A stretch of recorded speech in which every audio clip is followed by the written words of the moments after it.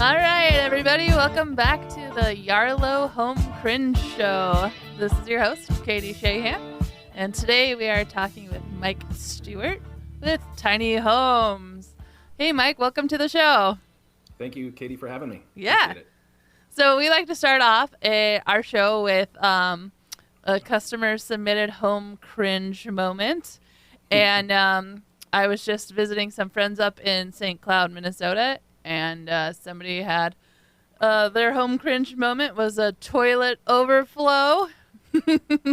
Nothing is more fun than watching wastewater go over the top of your toilet. So just as a lesson learned from those fun people up in St. Cloud, Minnesota, and everywhere, because the toilet accidents happen everywhere. Mm-hmm. Some people call it the courtesy flush. Right.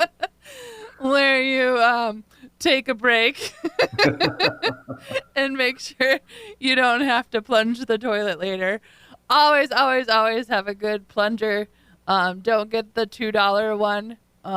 Always get a heavy duty one, no matter if you don't clog the toilet very often, but those little ones, I had a renter who had a really cheap plunger. It was only about a foot long. It didn't have a handle on it, and when she would go to plunge the toilet, it wouldn't get everything out.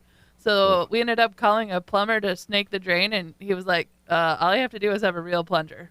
So that is our home cringe moment. If you do have a toilet start to run over, there is a little knob on the bottom of where the toilet pipe connects to the wall.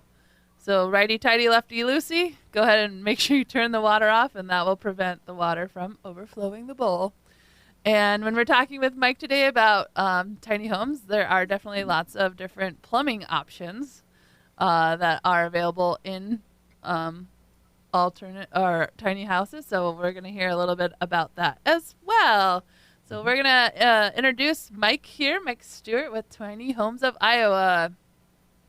Hey, Mike. Thank you. Hey, how are you? Thanks for having me, and thanks for the toilet expertise. Appreciate it.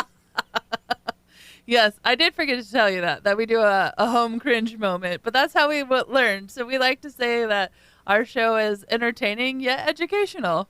Very good. Very good. So That's for awesome. our audience to get to know you a little bit better, we are going to do our classic fast pitch, where I ask you as many questions as I can in about a minute, and we get to know you a little bit better, and we get to know about Tiny Homes of Iowa a little bit better. So are you ready to go, Mike? Fire away. All right. What is your favorite way to drink your coffee? Well, I'm one of those people that I can actually drink coffee many ways. Black, I like it with cream and sugar. But my favorite way is, have you ever heard of bulletproof coffee? No. So it's kind of a new thing where you take a tablespoon of butter and a tablespoon of coconut oil and you blend that together in your coffee. Kind of makes a frothy, creamy. Wow. It's fantastic. People kind of cringe at the thought of that, but it's actually very good. You should try it. Fascinating. Okay, so it was butter and what? Coconut oil. Coconut oil. That's fascinating. I'm very good. we're writing a TikTok video on that after this. Well, and there's a lot of coffee shops that you'll see it on their menu now as well. Bulletproof. Okay. I learned something new every day. Glad I could help. All right. The next question. What's the average size of a tiny house? So your cities are going to have minimums and maximums, but I would say the average one bedroom is going to be between 500 and 650 square feet. So much smaller than the traditional houses that are going up in neighborhoods today. Definitely. And then I've heard discussions about something called an ADU. What is an ADU? So an ADU is what your city, your local planning, zoning is going to call a tiny home. So it's the same thing. It's just the official terms that the city's going to use. They, in their planning and zoning ordinances, they're going to have, what you can build as far as a barn or a shed, and they call those accessory buildings. Well, an ADU is an accessory dwelling unit. It is a tiny home, but it is a kind of the official way of saying a tiny home, an actual accessory to the primary residence, tiny home in your backyard, essentially. Perfect. And then what is the hardest thing to get done to start a tiny home project? The hardest thing to, as far as starting a project, Yeah. typically it's going to be financing, actually. Oh, Tiny homes, there's not very many financing products developed specifically for ADUs or tiny homes right now. So the options really go back to how much equity do you have in your primary residence. And then if you have like a HELOC, you can take that money out to build the tiny home, or to do a cash out refi is very popular. And perfect. there are some, what's that? No, go ahead. And there are some institutions that will give you kind of the post build value of that. So like once you, like we're anticipating that it's going to add $150,000 to your value, we're going to give you a loan, assuming that's the case. So just trying to make it a little bit easier. But if you don't have cash and you don't have equity in your house, sometimes the financing is going to be a problem. Interesting. Very interesting. All right. Well, thanks, Mike, for answering our random questions. Hopefully, we got to know you a little bit better. Actually, I do have one last question. Sure. How many grandchildren do you have?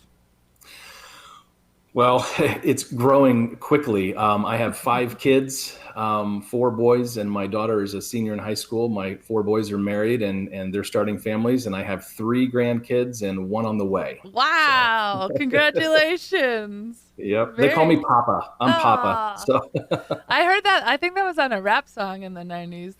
They call me Big Papa. that's funny. All right, so let's get to know a little bit more about tiny homes, and with that, why I thought it was so relevant. On our last episode, we were talking about the real estate market here in August of 2024, and the real estate market has changed a little bit. 2021 2020 when the pandemic hit, the market really stalled. People didn't know, can they move, can they not move. So that was always an interesting time in real estate. Then, as we all know, 2021, 2022, interest rates were so low. There was a lot of buying. There was a lot of multiple offers, people offering over asking price significantly. And now we're kind of seeing, with higher interest rates here in 2024, a cooling off of the market a little bit. I was just looking at some research the other day. It looks like most of the homes are staying on longer than 2 or 3 days. So I think we're now up to around anywhere between 12 and 30 days on the market. So it's starting to get a little bit longer out there, as well as people are not offering over asking. So we're actually seeing some price drops in different parts of the U.S.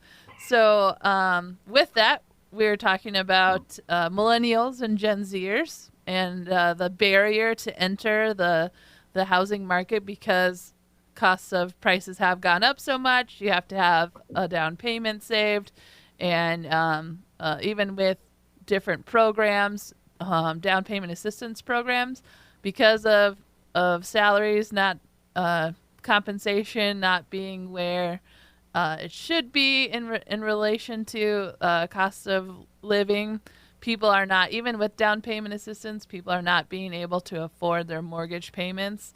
And Mike, you said that you were reading something the other day or watching something the other day about the old rule of 30% of your income should go to housing and no more. Yeah, and it's almost not possible anymore, right? With the interest rates and what that does to purchasing a house, and just the incredible increase that we've seen that you just mentioned, it's very difficult to stay within or below that 30% for sure. Yes, and so it's not just millennials and Gen Zers aren't saving; it's just that they don't have the capacity to do it, and they're spending anywhere between 40 and 60% of their income on rent. Mm-hmm. So how can you save money if half of your income is going to rent, right? Absolutely. And I was just getting ready to say, the rent increases over the past 3 years have been incredible. We haven't seen that in so many years. Rent increase so quickly, and it's, as the housing market goes up, the rental cost goes up as well, and it's really hurting. I totally agree. And as a homeowner, I'm watching my property taxes go up. And if you're renting out your property, man, you can't do anything but increase your rent if you're now paying.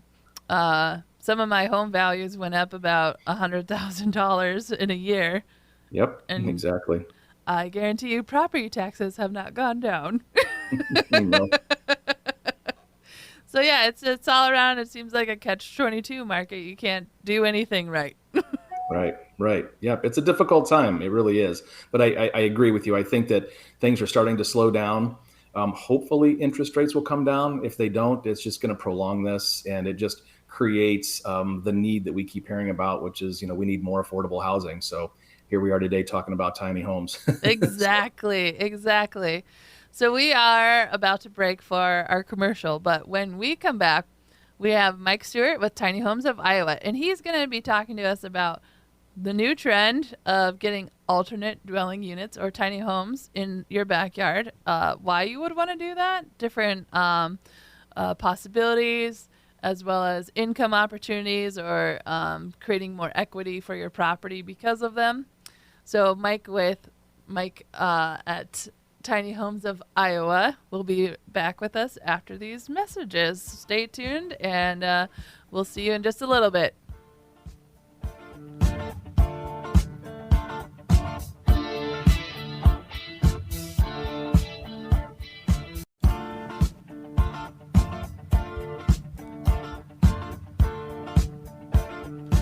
All right, welcome back to the Home Cringe Show, sponsored by Yarlow. You should download the free app.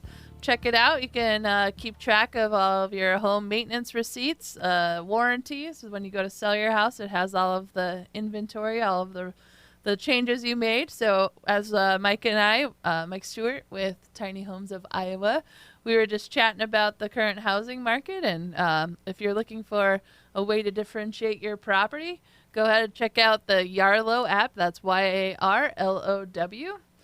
You can also check out our Home Cringe social media. We are on LinkedIn, Instagram, Facebook, all those good stuff. So check out what our pros have to say. And we're talking with Mike Stewart here at Tiny Homes of Iowa. Hey, Mike. Hey, how are you? Great. All right, so getting back into our conversation, let's talk about tiny homes or alternate dwelling units. So you were talking about what is the process to get started, or why would I want to put a tiny home in my property? Yeah, and so it's an accessory dwelling unit. So the acronym is ADU, and that's what like I said, the cities are going to use that to define a tiny home. And the cities have been really over the last few years under a lot of pressure to figure out how to address the affordable housing. And so they keep looking for ways to create more density and excuse me, in neighborhoods that are already single family dwellings. And so they're opening up the standards. Their policies are really changing to allow for this. There's still a lot of restrictions that we can talk about, but the reasons that people would want to build an ADU or a tiny home as an accessory to their primary dwelling would be to, potentially allow elderly parents to age in place. That's a big one that I hear a lot. The cost of supporting mom or dad going into a retirement or assisted living facility. I mean, it's very, very expensive. I had a realtor the other day say that she checked it out and it was going to be $5,000 a month for her mom. And she said, I can build a tiny house and pay, less than half of that per month. And I can have her right in my backyard and she feels like she'd be better off. So that's a big reason. There are, like you said, millennials, Gen Zers who are not wanting to move away or don't have the financial ability. So family members, people who might have families that have special physical needs that need to be close is another reason. And then finally, rental income is we just mentioned some of the toilet issues with rentals, but but it's a great way to maximize the equity in your house and to get an additional income stream. Exactly. So you're saying that not only can I put a tiny house in my backyard or an alternate dwelling unit to, Accessory, sorry, accessory, accessory dwelling.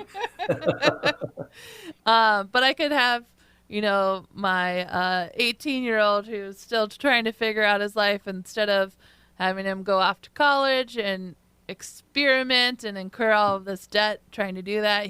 I could put a tiny house in my backyard, and he has his privacy, his place. He can have friends over, Yep.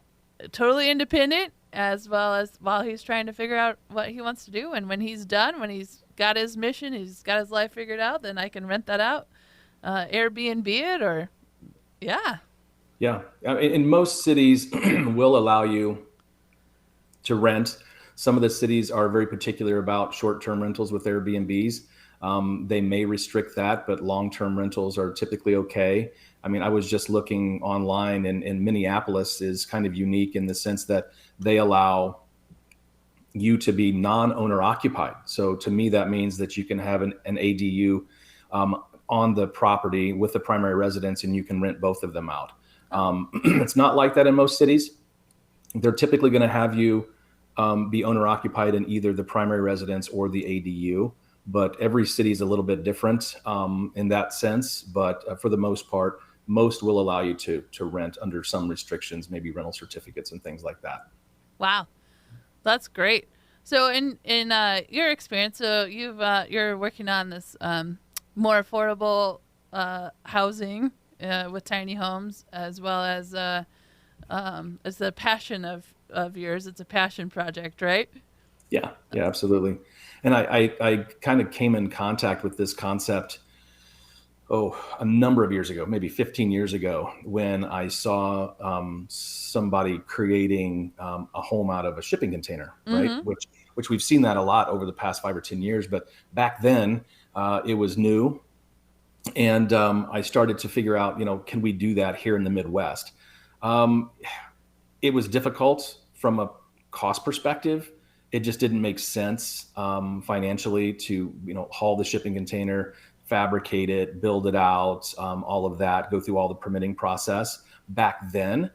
Now there's, less restrictions, and the cost might be, it might be okay. But what we're doing at Tiny Homes of Iowa is that we're building custom built, stick built tiny homes, which is what the city's going to require. They're not going to allow anything that's not permanent. Specifically, most of the cities will not allow you to have, tiny homes on wheels. And that's what you might see a lot online. A beautiful, like trailer, tiny home pulled up, in the woods next to a pond.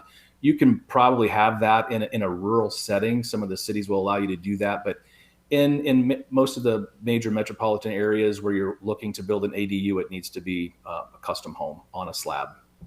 Oh, that's perfect. Yes. It is interesting, the difference between a tiny home on wheels and like an RV. So very interesting. But I do love the concept of finding alternate ways to utilize your property, especially in the cities. And I think why Minneapolis is kind of unique, that you can have, it's already written that you can have 2 rental properties, is because we have detached garages. And so people have turned those into second properties instead of actual garages, which to me has always been weird, because when it snows in Minnesota, it snows. Right. And Same I with love my Iowa. garage. Yeah. And there's really 4, since you just mentioned that, there's 4 types of tiny homes or ADUs that the city will typically allow. One's just a detached tiny home by itself, isolated in your backyard. The second would be an attached ADU, which is just an addition on, attached to the house. There are regulations, like you have to have external entrances and things like that. So there's still some regulations about that. The third one you just mentioned is garage conversions or above garage additions. If structurally the garage can handle it, we can build basically a tiny home on top of that garage. And then the fourth one is an internal or a basement renovation. Oh, very interesting. You're just a wealth of knowledge. So what's your favorite feature of a tiny home that you like to build, or like you like to put in custom? Well, people always ask, well, how does it hook up to utilities and things like that? It's really neat. The cities want you to, so you would be attached from the utilities and the sewer and the water to the primary residence. So it's going to be billed through the same primary residence.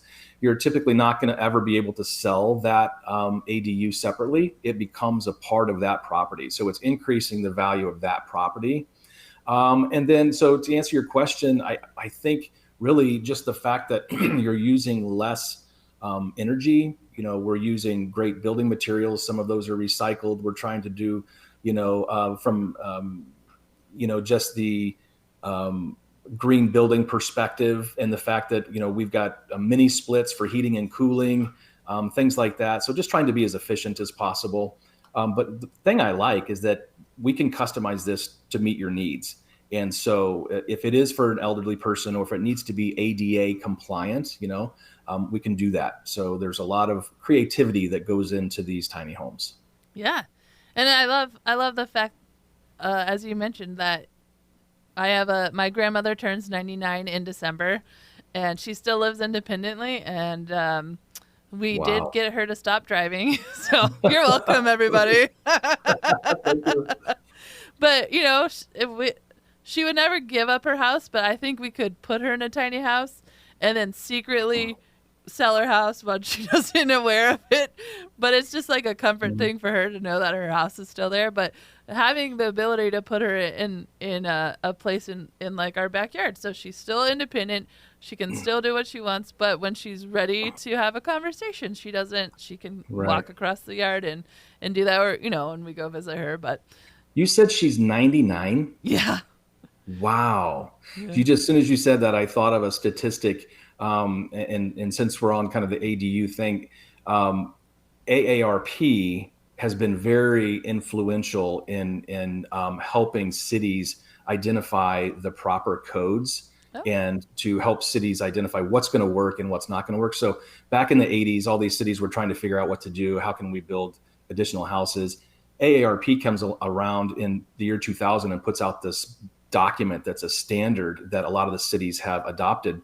But since you said that your grandmother's 99, there's a statistic that that they did a survey back in 1950. The median square footage of a single family home was 983 square feet. Now, fast forward to 2020, that is 2,300 square feet. Wow. So in that 70-year time period, it more than doubled. And then the number of people living in the household in 1950 was 3.8 compared to 2020, which was 2.5. So it went down. So if you do the math, the square feet of living space per person back in 1950 was 292 square feet. And 2020, it rose to 904 square feet. Wow. So your grandmother's seen that whole process completely through, from 292 square feet up to almost 1,000. And then the question is, can we afford really to buy and to, heat and cool and care for such large houses, especially with the overpopulation and just what we're seeing today? It's kind of an astounding statistic. It really is. Wow, that's very interesting. I love it. You're full of statistics today. It's my job. All right. So we only have about a minute and a half left of our show with our time with you. But let's see. What is probably some of the cooler custom features? Like we were talking about plumbing earlier, and it sounds like most cities want the tiny house to be connected to local sewer and not to have like a compostable toilet or anything like that. Is that correct, or have you seen it both? That is correct. Yeah. Okay. Mm-hmm. So is there any kind of unique kitchen features or like different design? Well, yeah, I was going to say, in a tiny home, storage is at a minimum. So, one of the biggest, kind of eye-opening is like you go from a large home, lots of space, you go to a smaller space and there's not a lot of storage, and you have to get storage rental units sometimes, things like that. But to answer your question, you get pretty creative, and there are some companies out there that have made amazing use of very small space. So your beds that kind of fold up or have space underneath, you've got cabinets with pockets, making a use, the most efficient use of the space is something fairly unique. And we have standard countertops and cabinets and things like that, but our clients can get pretty creative when it comes to figuring out how to utilize that space the best. Perfect. Well, that's all our time, and we've been talking with Mike Stewart at Tiny Homes of Iowa. Check him out, tinyhomesoфiowa.com, and we'll see you guys next time on the Home Cringe Show. Thank you.